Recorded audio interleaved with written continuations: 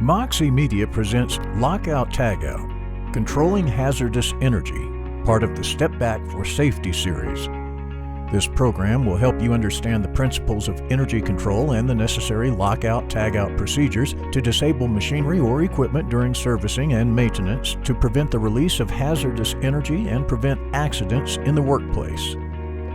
Lockout, tagout, often referred to as LOTO, is the safety procedure we use to make sure that dangerous machines and equipment are completely shut off and are not able to start up unexpectedly before maintenance, servicing, and repair work.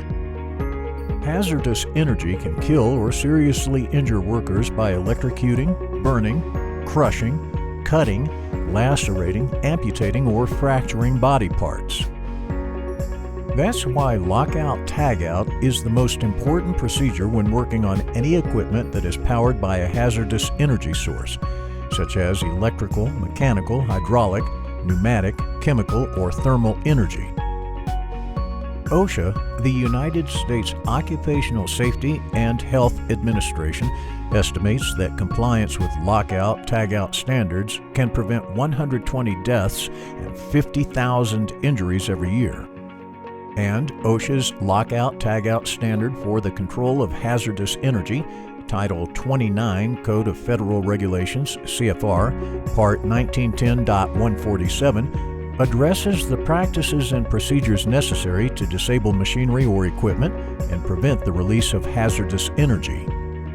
OSHA's standards require employers to protect workers by developing and implementing an energy control program, providing appropriate equipment, and effectively training employees on lockout, tagout procedures.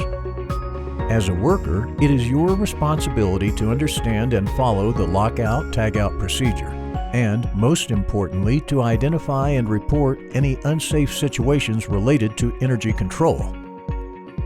By implementing a lockout, tagout energy control program, you can help prevent accidents and injuries both to yourself and other workers. So let's take a closer look at the following important lockout, tagout procedures.